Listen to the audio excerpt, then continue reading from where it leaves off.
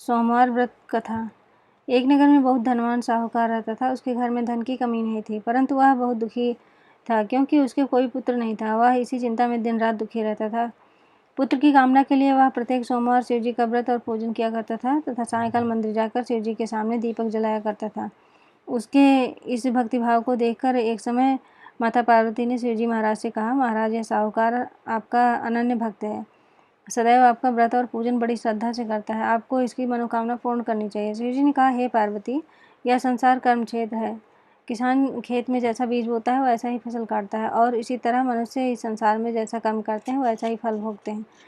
माता पार्वती ने अत्यंत आग्रह से कहा, महाराज, जब यह आपका अनन्य भक्त है और अगर इसको किसी प्रकार का दुख है तो उसे आपको अवश्य दूर करना चाहिए।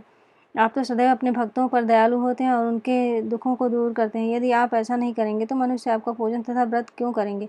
माता पार्वती का ऐसा आग्रह देख शिव जी ने कहने लगे, हे पार्वती, इसके कोई पुत्र नहीं है, इसी चिंता में यह अति दुखी रहता है। इसके भाग्य में पुत्र न होने पर भी मैं इसको पुत्र की प्राप्ति का वर देता हूँ, परंतु वह पुत्र केवल 12 वर्ष तक ही जीवित रहेगा। इसके पश्चात वह मृत्यु को प्राप्त हो जाएगा। इससे अधिक मैं इसके लिए नहीं कर सकता। माता पार्वती और भगवान शिव का यह वार्तालाप साहूकार सुन रहा था। इससे उसको ना कुछ प्रसन्नता हुई और ना ही कुछ दुख हुआ। वह पूर्व की तरह शिव जी का व्रत और पूजन करता रहा।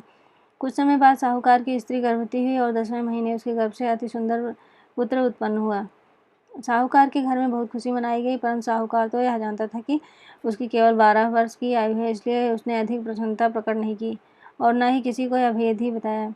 जब वह बालक 11 वर्ष का हो गया तो बालक की माता ने उसके पिता से उसका विवाह करने के लिए कहा। साहूकार ने कहा, अभी मैं इसका विवाह नहीं करूंगा, मैं अपने पुत्र को काशी पढ़ने के लिए भेजूंगा।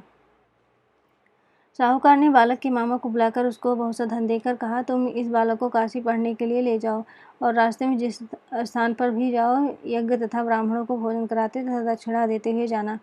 दोनों मामा भांजे यज्ञ करते और ब्राह्मणों को भोजन कराते तथा दक्षिणा देते काशी की ओर चल पड़े। रास्ते में उनको एक शहर पड़ा।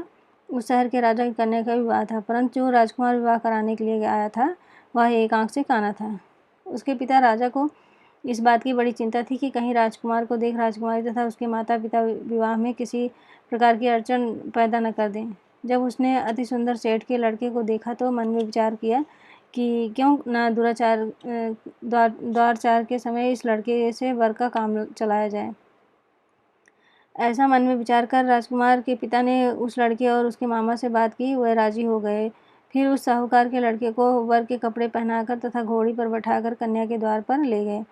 सभी कार्य प्रसन्नता से पूर्ण हो गया और राजकुमार के पिता ने सोचा कि यदि विवाह कार्य भी इसी लड़के से करा लिया जाए तो क्या बुराई है। ऐसा विचार कर लड़के और उसके मामा से कहा, यदि आप फेरों और कन्यादान के काम को भी करा दें तो आपकी बड़ी कृपा होगी, मैं इसके बदले आपको बहुत सारा धन दूंगा।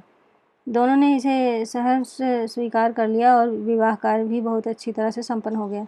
सेठ का पुत्र जिस समय जाने लगा तो उसने राजकुमारी की चुंदड़ी के पल्ले पर लिख दिया, तेरा विवाह मेरे साथ हुआ है, परंतु जिस राजकुमार के साथ तुमको भेजेंगे वह एक आंख से काना है। मैं काशी जी पढ़ने जा रहा हूँ। सेठ के लड़के के जाने के पश्चात राजकुमारी ने जब अपनी चुंदड़ी पर ऐसा लिखा हुआ पाया तो उसने काने राजकुमार के साथ जाने से मना कर दिया। उसने अपने माता पिता को सारी बात बता दी और कहा कि यह मेरा पति नहीं है, मेरा विवाह इसके साथ नहीं हुआ है। जिसके साथ मेरा विवाह हुआ है वह तो काशी जी पढ़ने गया है। राजकुमारी के माता पिता ने अपनी कन्या को विदा नहीं किया और बारात वापस चली गई। उधर सेठ का लड़का और उसका मामा काशी जी पहुंच गए। वहां जाकर उन्होंने यज्ञ करना और लड़के ने पढ़ना शुरू कर दिया। जिस दिन लड़के की आयु 12 साल की हुई उस दिन उन्होंने यज्ञ रचा था। लड़के ने अपने मामा से कहा, मामा जी, आज मेरी तबीयत कुछ ठीक नहीं है। मामा ने कहा, अंदर जाकर सो जाओ। लड़का अंदर जाकर सो गया और थोड़ी देर में उसके प्राण निकल गए। जब उसके मामा ने आकर देखा कि उसका भांजा मृत पड़ा है तो उसको बड़ा दुख हुआ। उसने सोचा कि अगर मैं अभी रोना पीटना मचा दूंगा तो यज्ञ का कार्य अधूरा रह जाएगा। अतः उसने जल्दी से यज्ञ का कार्य समाप्त कर ब्राह्मणों के जाने के बाद रोना पीटना शुरू कर दिया। संयोगवश उसी समय शिव पार्वती जी उधर से जा रहे थे।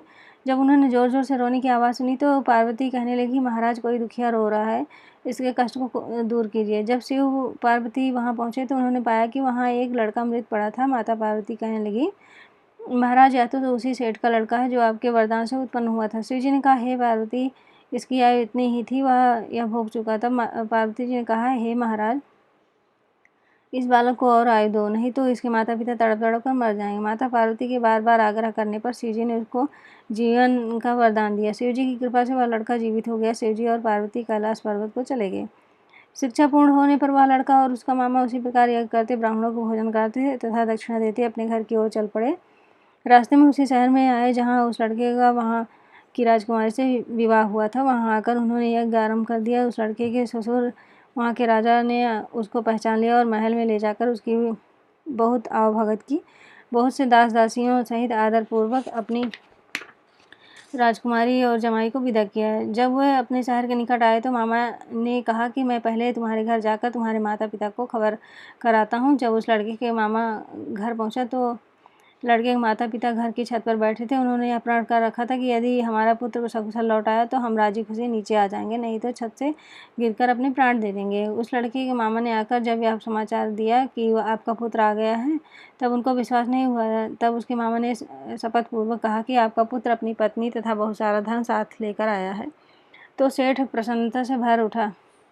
सेठ सेठानी आनंदपूर्वक नीचे आए। बाहर आकर उन्होंने अपने पुत्र तथा उसकी पत्नी का भरपूर स्वागत किया। सभी बड़ी प्रसन्नता के साथ रहने लगे। जो कोई सोमवार के व्रत को धारण करता है अथवा इस कथा को पढ़ता है या सुनता है, उसके सब दुख दूर होकर उसकी समस्त मनोकामनाएं पूर्ण होती हैं तथा इस लोक में नाना प्रकार के शुभ होकर अंत में सदाशिव के लोक को प्राप्त होता है। ओम नमः शिवाय।